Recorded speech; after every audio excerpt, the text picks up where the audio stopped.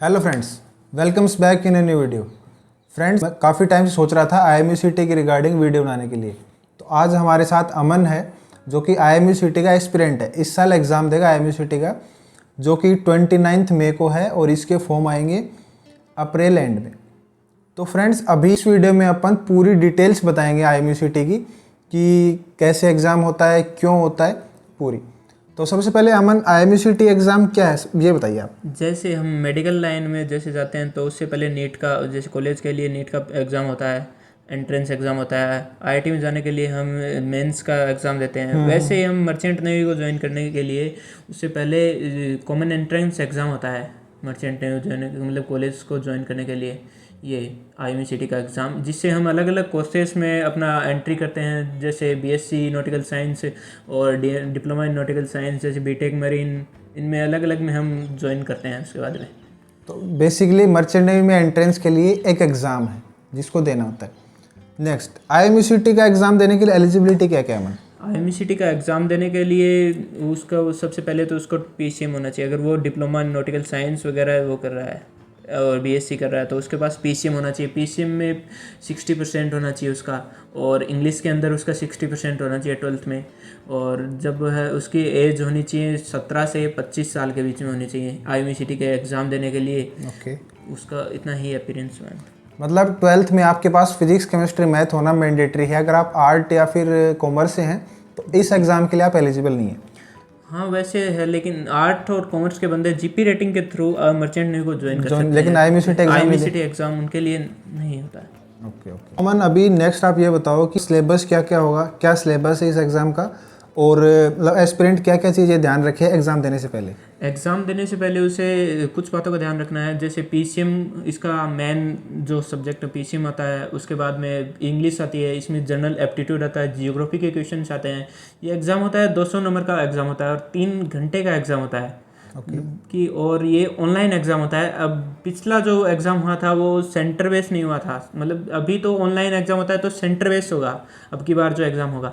पिछला एग्ज़ाम हुआ था वो डॉक्टरेट बेस हुआ था, घर पर हुआ था एग्ज़ाम, ऑनलाइन हुआ था।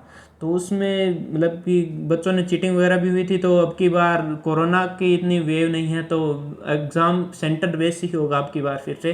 तो 200 क्वेश्चन इसमें कुछ इस प्रकार आते हैं कि 50 क्वेश्चन इसमें मैथ्स के आते हैं, 50 क्वेश्चन इसमें फिजिक्स के आते हैं, और इसमें 40 क्वेश्चन आते हैं इंग्लिश के, और 40 क्वेश्चन जनरल एप्टीट्यूड, इसमें जनरल नॉलेज भी आ जाती है अपनी, और जियोग्राफी के रिलेटेड भी क्वेश्चन आ जाते हैं, और एप्टीट्यूड आ जाता है, और 20 क्वेश्चन इसमें केमिस्ट्री के आते हैं। ओके, मतलब फिजिक्स और मैथ मतलब हाफ पोर्शन है। हाँ 100 मार्क्स का ये, बाकी 100 में एप्टीट्यूड, केमिस्ट्री और इंग्लिश। हाँ 100 मार्क्स अपना फिजिक्स और मैथ्स आता है, और 100 मार्क्स में बाकी बचे हुए सब्जेक्ट आते हैं, जैसे एप्टीट्यूड हो गया, इंग्लिश हो गया और केमिस्ट्री, इसमें ये क्वेश्चन आएंगे। ओके, तो आपको ये मतलब मार्क्स डिस्ट्रीब्यूशन वाइज पूरा बता दिया कि क्या क्या सिलेबस है। इसमें जो मार्किंग होती है उसमें नेगेटिव मार्किंग होती है एग्जाम में। पिछली बार जो डॉक्टर बेस एग्ज़ाम हुआ था तो उसमें क्योंकि IMUCT के खुद सेंटर बेस होता तो उसमें कोई नेगेटिव मार्किंग अब तक नहीं हुई है। अब तक कोई भी नेगेटिव मार्किंग नहीं हुई, लेकिन पिछली बार नेगेटिव मार्किंग इन्होंने की थी क्योंकि वो घर पर एग्ज़ाम हुआ था। अच्छा। थोड़ा सा उसको टफ बनाने के लिए कह सकते हैं हम लोग, क्योंकि घर पर एग्ज़ाम हुआ तो चीटिंग वगैरह होती है, वो तो हम सबको पता है। तो फिर हम अब की बार मतलब जितना तौलानी ने अपना एक वो जारी किया फॉर्म, तो उसमें उसने बताया कि नेगेटिव मार्किंग नहीं होनी चाहिए, क्योंकि तौलानी अगर बता रहा है टॉप कॉलेज है मर्चेंट नेवी के लिए, तो फिर नेगेटिव मार्किंग अब की बार नहीं ही होनी चाहिए। तो मे भी हो सकती है, नहीं हो सकती, ये फॉर्म आएगा उस टाइम पता चलेगा, और एग्ज़ाम 29 मई को है। तो अमन, आपने IMUCT एग्ज़ाम दे दिया और आपकी अच्छी रैंक आई है, तो उसके बाद आपके आगे फिर क्या स्टेप्स होंगे? उसके बाद में हमको चूज़ करना पड़ता है कि हम शिप पर कौन सी साइड के लिए तैयारी कर रहे हैं। जैसे इस शिप पर 2 साइड होती हैं, एक तो इंजन साइड हो गई, एक डेक साइड हो गई। तो उसमें हम चूज़ करते हैं, अलग अलग कोर्सेज होते हैं। इंजन साइड के लिए अलग कोर्स होते हैं, डेक साइड के अलग कोर्स होते हैं। डेक साइड में होता है मेन DNS होता है और BSc होती है। इंजन साइड जा रहे हैं तो आपको बीटेक मरीन करना है, सिंपल है, लेकिन 4 साल का कोर्स है। डेक साइड जा रहे हैं तो उसमें आपके पास 2 ऑप्शन होंगे, BSc या फिर DNS। तो उसमें कौन सा ऑप्शन चूज करना चाहिए और क्यों? अगर BSc कर रहे हैं तो BSc होती है कॉलेज, BSc में कॉलेज होता है 3 साल के लिए, अगर आप डिप्लोमा कर रहे हैं, डिप्लोमा इन नॉटिकल साइंस यानी डीएनएस कर रहे हैं, तो आपको 1 साल कॉलेज में जाना पड़ता है और 18 महीने की शिफ्ट ट्रेनिंग करनी पड़ती है, और उसके बाद में आपको सेकंड एग्ज़ाम देना पड़ता है एज ए थर्ड ऑफिसर बनने के लिए। अगर आप बीएससी को चूज़ करते हो तो बीएससी में आपको 3 साल कॉलेज में जाना होगा, 3 साल यानी कॉलेज में रहोगे, और उसके बाद में आपको 12 महीने की सेलिंग करनी होगी, उसके 12 मंथ की सेलिंग होगी। उसके बाद में आपको भी अब 1 महीने पहले ही नोटिफिकेशन आया है करीब, तो आपको सेकंड मेट एग्ज़ाम देने ही होंगे अगर आप बीएससी कर रहे हो तो भी, और अगर आप डीएनएस कर रहे हो तो भी। पहले ये था कि अगर आप सेकंड मेट एग्ज़ाम दे रहे हैं और आपने बीएससी कर रखा है तो आपको थ्योरी नहीं देने पड़ते थे, डायरेक्ट आप ओरल देते थे, और डीएनएस को थ्योरी प्लस ओरल दोनों देने होते थे। लेकिन अभी जो रिसेंट सर्कुलर आया जो अमन ने बताया, उसमें यह है कि अगर आपने बीएससी कर रखी हो या डीएनएस कर रखा हो, थ्योरी और ओरल दोनों ही देने हैं। बस फ़र्क ये है बीएससी और डीएनएस में सेकंड मेट के लिए कि डीएनएस में आपका सेलिंग टाइम सी टाइम होना चाहिए 18 मंथ्स और बीएससी में होना चाहिए 12 मंथ्स, ये एलिजिबिलिटी होगी। बेसिक डिफरेंस यही है। बाकी अगर आपके पास स्पॉन्सरशिप है डीएनएस के साथ आपको जाना चाहिए। और मेन पॉइंट इसमें होता है कि अगर आप डीएनएस कर रहे हो तो पहले आपको 1 साल के लिए डिप्लोमा मिलता है, और उसके बाद में जब आप सेकंड मेट एग्ज़ाम क्लियर कर लेते हो तो आपको बीएससी की उसमें डिग्री भी मिलती है।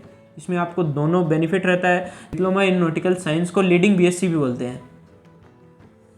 ओके, तो अमन बताएं कि कौन कौन सी कंपनीज मतलब स्पॉन्सरशिप के फॉर्म आते हैं कंपनीज़ के, वो बता दीजिएगा थोड़ा।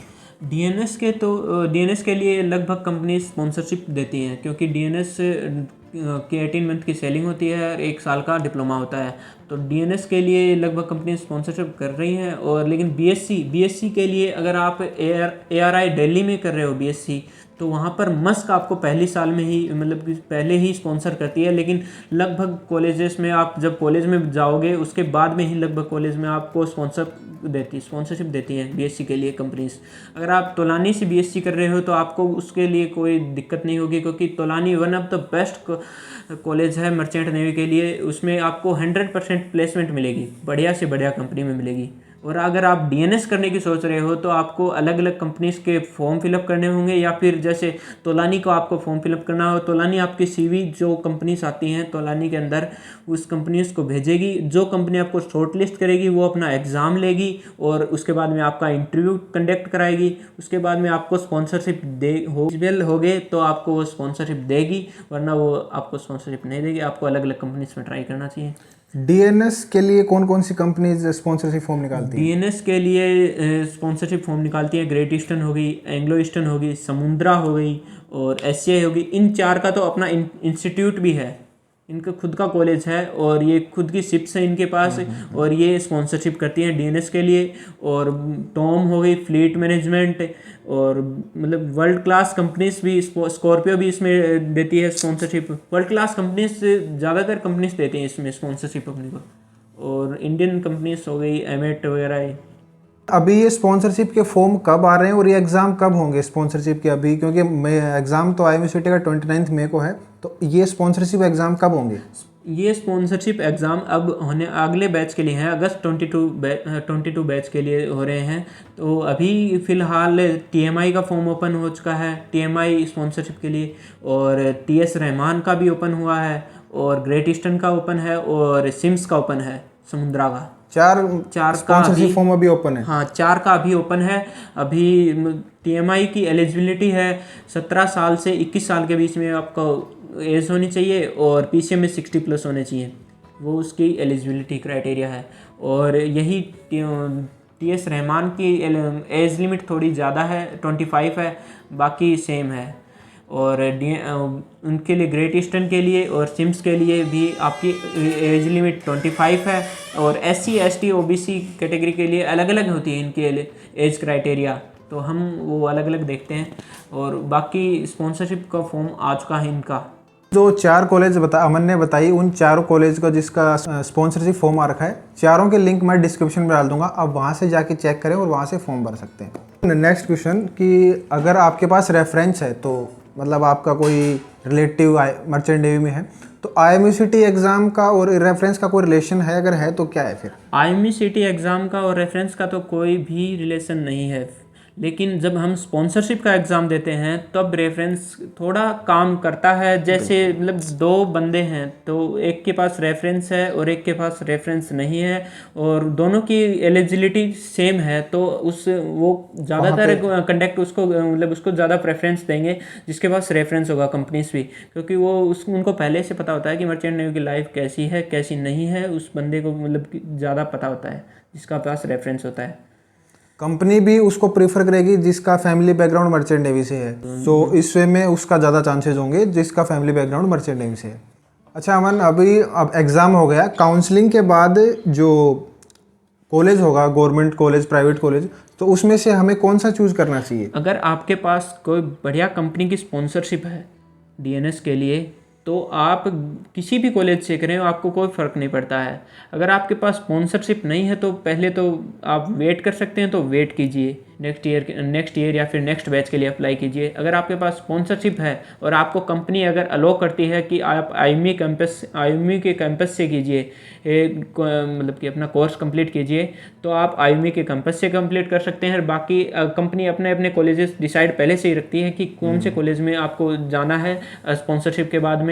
जैसे स्कॉर्पियो वगैरह हो गई तो वो टीएमआई को ज़्यादा, टीएस रहमान को ज़्यादा प्रेफरेंस देती हैं और आईएमआई नोएडा को ज़्यादा प्रेफरेंस देती है। अमन, एक क्वेश्चन और रहेगा, क्योंकि जो मर्चेंट नेवी के कॉलेज हैं फीस काफ़ी होता है, तो फीस के मतलब क्या ऑप्शन होते हैं इसमें, लोन का, और मतलब कैसे फी पे करनी चाहिए? अगर आप डीएनएस कर रहे हो तो आपकी फ़ीस होती है लगभग 6 to 7 लैक्स।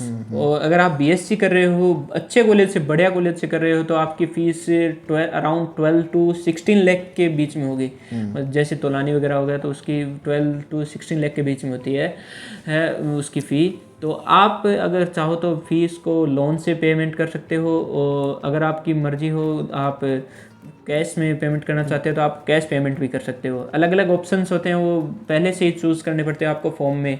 जैसे किसी भी कंपनी का आप स्पॉन्सरशिप का फॉर्म भर रहे हो तो आपको उसमें एक ऑप्शन आता है, लोन से पेमेंट करना चाहते हो, आप कैश पेमेंट करना चाहते हो, या फिर कोई अलग।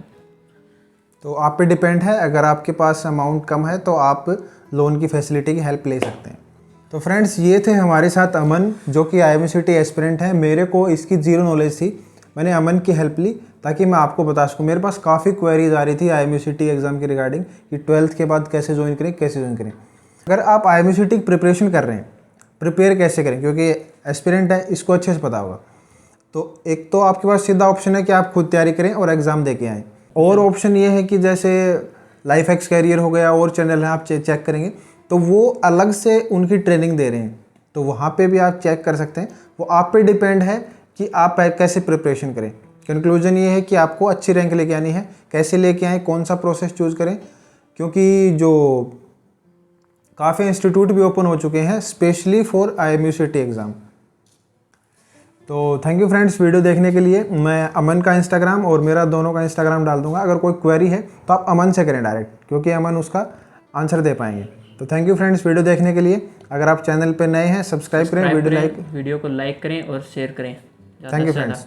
और IMUCT से रिलेटेड कोई भी रिगार्डिंग बात तो अमन से आप उत्तम से या फिर मुझसे कोई भी कांटेक्ट कर सकता है, नीचे डिस्क्रिप्शन में लिंक। Thank you friends.